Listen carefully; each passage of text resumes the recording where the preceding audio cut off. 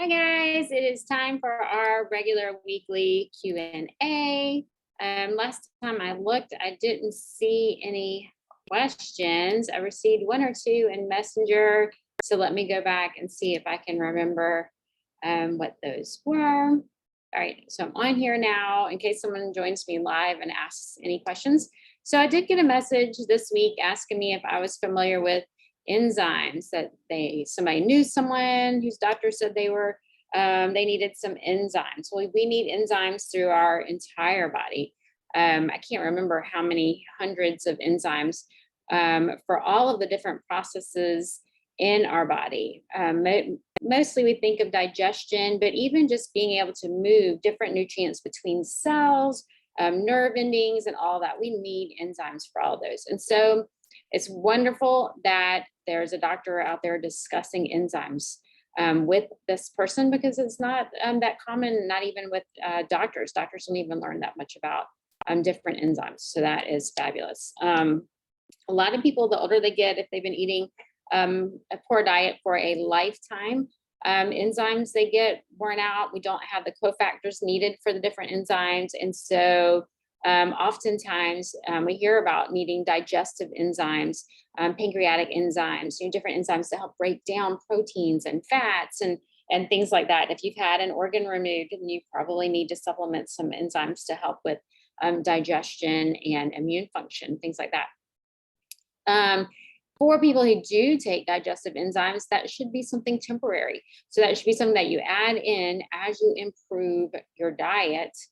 Then your body will start to create their own enzymes, and you're adding enzymes through your raw foods. That is one of the reasons why we soak and sprout nuts and seeds. It's to activate those enzymes. A seed, you think about when you're planting in your garden, a seed is an inactive item until we plant it in the ground, until it starts to sprout, until all those enzymes are activated. So that's one reason why I sprout. I soak grains and nuts and seeds and things like that.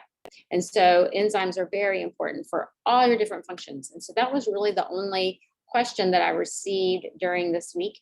I did say I wanted to talk about adrenals and food and things like that, but if questions pop in, then I'll definitely get on there. And I wanted to show you my eye. I don't know if you can see my eye. It's all red and swollen. That is something that happens to me when I eat foods that I should not eat. My eyes are apparently one of those weak organs in my body. I knew that I could not have oranges, but since I've been cleaning up my diet, improving, going through my own Create a Healthier You program when I created it, and again now, I haven't had oranges in over a year. My antibodies have been almost nothing. They've been at 5, which is really, that's normal for anybody. That means everybody has some sort of little antibodies floating around in there. And so I have no illness right now. So I thought, well, let me try oranges again. And I ate them this weekend, and all of a sudden my eyes swelled all up. So apparently I still can't eat oranges. Anyway, what have I done about that? I made a video that will go out maybe next week when I get to it. I have a bunch of videos coming out.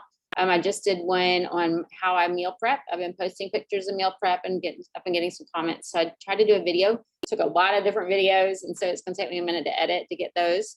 And then I did one for my eyes. So the first thing I did is I put castor oil on my eyelid. Remember, castor oil is drawing, and so it will help to draw the inflammation and break up any matter. So that's why we use castor oil like in liver packs and in packs over the abdomen for digestion. Just helps like break up matter so things can move and drain better. So I put castor oil on there. And then I also have some herbal eye bright, I think is what it's called, Dr. Christopher's eye drops. And I talk about those in my video, and I did an eye wash with that. And so this popped up yesterday, and hopefully it'll be gone in the next day or two. So today I wanted to talk specifically about adrenals. So we don't know a lot about adrenals in the most of us, right? So adrenals are these tiny little organs that sit on top of your kidneys, and they help to regulate things like sleep, melatonin, growth hormone, all sorts of different things. And their main goal is to help you survive, so that when we are under stress, we are prepared to fight or flight for survival mode. One of the things that affects so many people is sleep. That's something like 70% of Americans don't get enough sleep. That is crazy. 70%. Even our children don't get enough sleep too. And that throws off all of our hormones. It throws off nutrients and hormones, and we'll talk about that. Melatonin and growth hormone both get totally out of whack when we don't get enough sleep. And even things like healing and repair slow down. So let's talk about sleep. So sleep lowers cortisol. We need cortisol when we are under stress to fight or flight, but sleeping, relaxing, that's one of the reasons why we do meditation. Those things lower cortisol. If we don't get enough sleep, then we have higher cortisol, more likely to be depressed. We put on weight. We don't secrete growth hormone, which we need. And one hormone that is necessary to control our appetite and our weight is leptin. And a leptin is produced by fat cells. And you produce it during your sleep to tell your brain that you don't need more food. So when we don't sleep enough, we don't secrete our leptin. We have low leptin and we end up with weight gain. If we don't sleep enough, then that lowers our TSH, which is our thyroid stimulating hormone. If we don't have enough stimulating hormone, we don't have enough thyroid hormone that is released. And so then we have lower energy, lower metabolism. We even have slower digestion and weight gain. A lot of people who have low thyroid have noticed that they start gaining weight. So the adrenals are on top of the kidneys. So we need to focus on things like our kidney health as well. The kidneys are responsible not only for filtering toxins, creating your urine, but also electrolyte imbalances. So when we are under stress, a lot of times we crave things like salty foods. Our kidneys regulate our salt in our water. And so they use potassium and sodium to help us regulate that water. So when we're under stress, we need to make sure we're definitely aren't overeating on the salt and that we are staying very well hydrated. So we have stress and we have growth hormone, and they don't really go well together. Growth hormone wants to help to repair and rebuild. Stress releases cortisol and insulin. And so it's kind of the opposite. So your insulin, we hear about insulin when we talk about blood sugar control. Your insulin carries glucose into the cells to provide energy for you. Every time you eat, doesn't matter what you're eating, every time you eat, your insulin is released to help break down those. Your food is broken down. It helps to carry the glucose from your foods into your cells. And different foods can cause your insulin to spike and in order to take longer to get glucose into those cells. So frequent eating, eating close to bedtime, high sugar foods, flours, pasta, breads, cookies, cakes, all of those keep your insulin levels high and out longer. And so that's why we say don't eat before bed. Insulin also can take 2 to 3 hours to go back down. And so that's why we stop eating 2 to 3 hours before we go to bed. You want the insulin to go down before you go to bed so that growth hormone can go up. We need, like I said this before, we need growth hormone for repair and for healing. It helps to repair our muscles after a workout so that we can build more muscle. When we work out with weights, or any type of workout, we're putting strain on the muscle. We're getting these tiny micro tears, and it's that repair and the addition of amino acids that helps us to build more muscle, which helps us to increase even our metabolism. And so we want growth hormone to do those things, but growth hormone will not be released when insulin is out. So that's important to remember. Growth hormone is needed to build those proteins and to shift our fuel sources to fat. It promotes insulin sensitivity, so your cells are better able to take in the glucose. And so think about it, low sleep is low growth hormone because we're not eating when we're sleeping. We will need that insulin to go down so the growth hormone can come up. So we need to rest to digest and repair. So that is another reason. I mean, we already talked about this. Meditation. I do legs up the wall before dinner just to help bring everything down, because sometimes we get all hyped up during the day, lots of deadlines, running kids all around, getting dinner ready. and things like that. And so for me personally, I know I need to calm down and relax before I eat, just so to help with my own digestion. So that's just one little trick that I do to help to lower my cortisol levels. So we need relaxation to lower the cortisol, to lower the blood sugar, and to get our insulin lower. Growth hormone is released when your stomach is emptying. So if you eat every 2 hours, which is what I was taught when I took my nutrition classes way back in the 90s, and we were taught that you should have a nice snack in the afternoon, a snack around 10 a.m., like between breakfast and lunch. But that keeps our insulin levels up. It keeps the insulin from going down, and we get kind of hungry. And a lot of us think we need to eat. I don't want to feel hungry, so I'm going to eat again. But actually, that is when the growth hormone's coming out and doing its job. And so we're finding more and more studies that show it's better to have a break between your meals. So I'm not saying feel hungry, don't eat. I'm definitely not saying that. If you undereat, then you're putting stress on your body. And putting the stress on your body raises the cortisol, and we get back into all that mess. Hormones get completely out of whack. So some people can do like water fasting 1 day a week. And we hear a lot about intermittent fasting. I think we had a question on here a few weeks ago. And so giving our body that break is fine, but we need to make sure that we are making up for it and keeping all the nutrients in there. Your body requires a set amount of calories just for you to be alive. If you are laying in your bed, just breathing all day long, you still need a set amount of calories. I think I calculated mine at 1,300 calories. There are calculators that you can use online to help you figure out your minimum amount of calories that you need just to be alive. If you want to get up, move around, and have brain function and think, then you need more calories. So so you can feel hungry, but you need to make sure you eat later on and get all of the nutrients that you need. So let me get off my soapbox there. That is one reason why people can't lose weight. They're way under eating. If you need, like for me, I need 1,300 calories just to function. If I eat 1,000 calories a day for weeks on end, then my body is going to kick into survival mode. Hey, we've got to save this life. And then my hormones are going to be out of whack. My antibodies are going to be out of whack. And I'm just going to get sick. And I'm not going to be able to lose weight. And so make sure that you are eating enough calories. All right. Hormone balancing. So stress leads to hormone imbalances.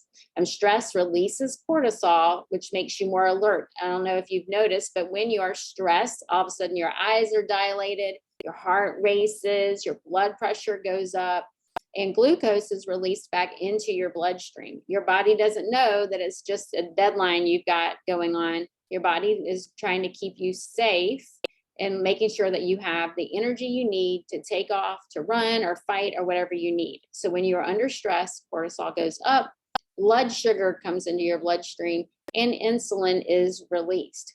And so that is one way that your hormones are affected. Your adrenaline or your adrenals release adrenaline first to help you with that fight or flight. Oh, I've got deadlines. You know, your child calls, hey, I'm supposed to be here right now. And all of a sudden you're alert and you're on the run, right? You're not in danger. You just know, oh, I've got to get here and do this right now. If you are under constant stress, you are always in survival mode. That means you don't need to stop and go to the bathroom. Now is not the time to get pregnant or have a baby.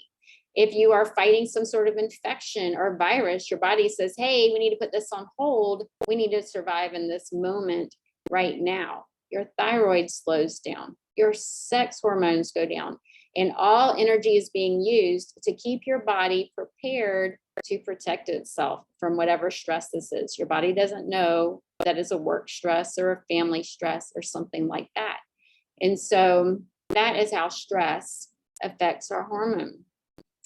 Breaking down fat takes a lot of energy, and you need that fat for protection when you're in danger. So when you're under stress, your body is going to be breaking down glucose in your muscles, that type of stored glucose, and glucose in your liver, because that is much easier to break down than the fat. And so when you're under stress, if you're losing weight from the wrong places. Insulin lowers our blood sugar. Remember, it carries the sugar from the bloodstream into the cell. But when you're stressed, Cortisol increases the blood sugar. It's pulling the sugar back into the blood. So insulin prevents the release of fuel from your fat cells. We need to save those fat cells because it's trying to get the glucose out of the blood. So it doesn't want you to pull anything from the fat. It wants everything to go into the cells. So it's kind of fighting against you.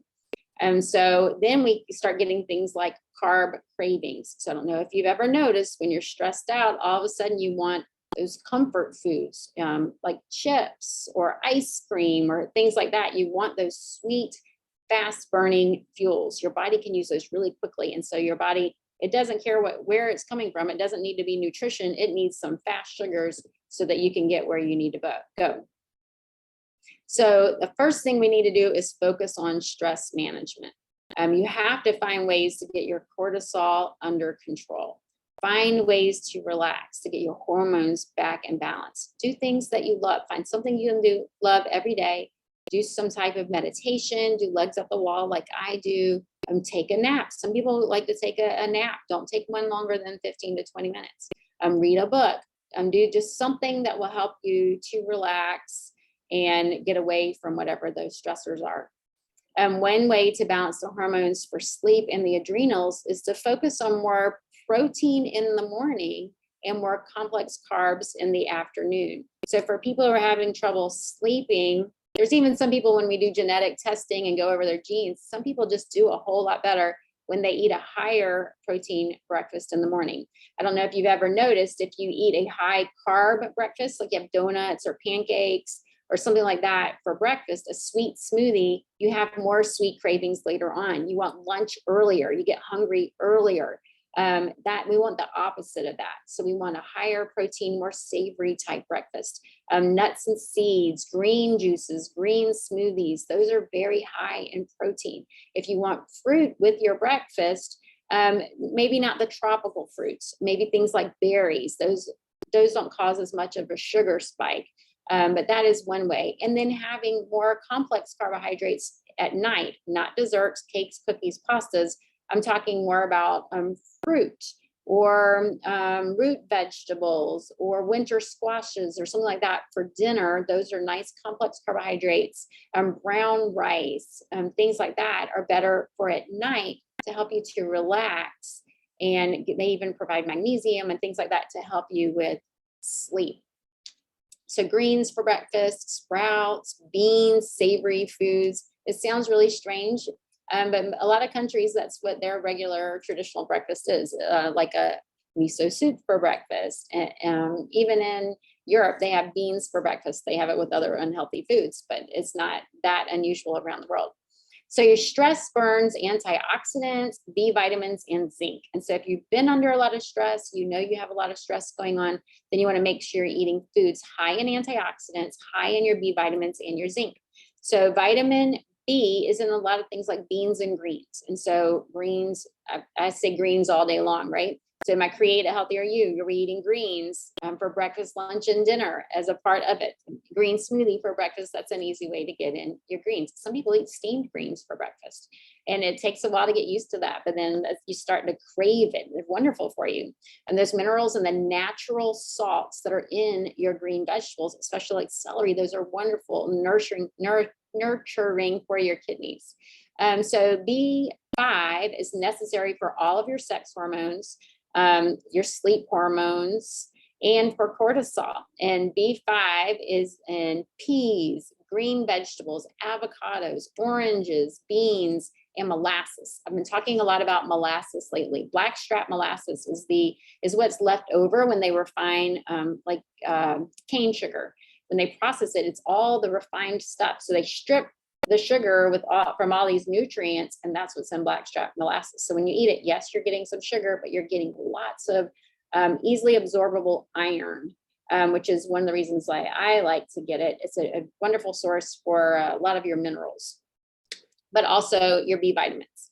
Omega-3s are wonderful for your adrenals and stress. Your omega-3s, the main ones are flax seeds, chia seeds, hemp seeds, and walnuts. All of those are wonderful for adrenal health and stress.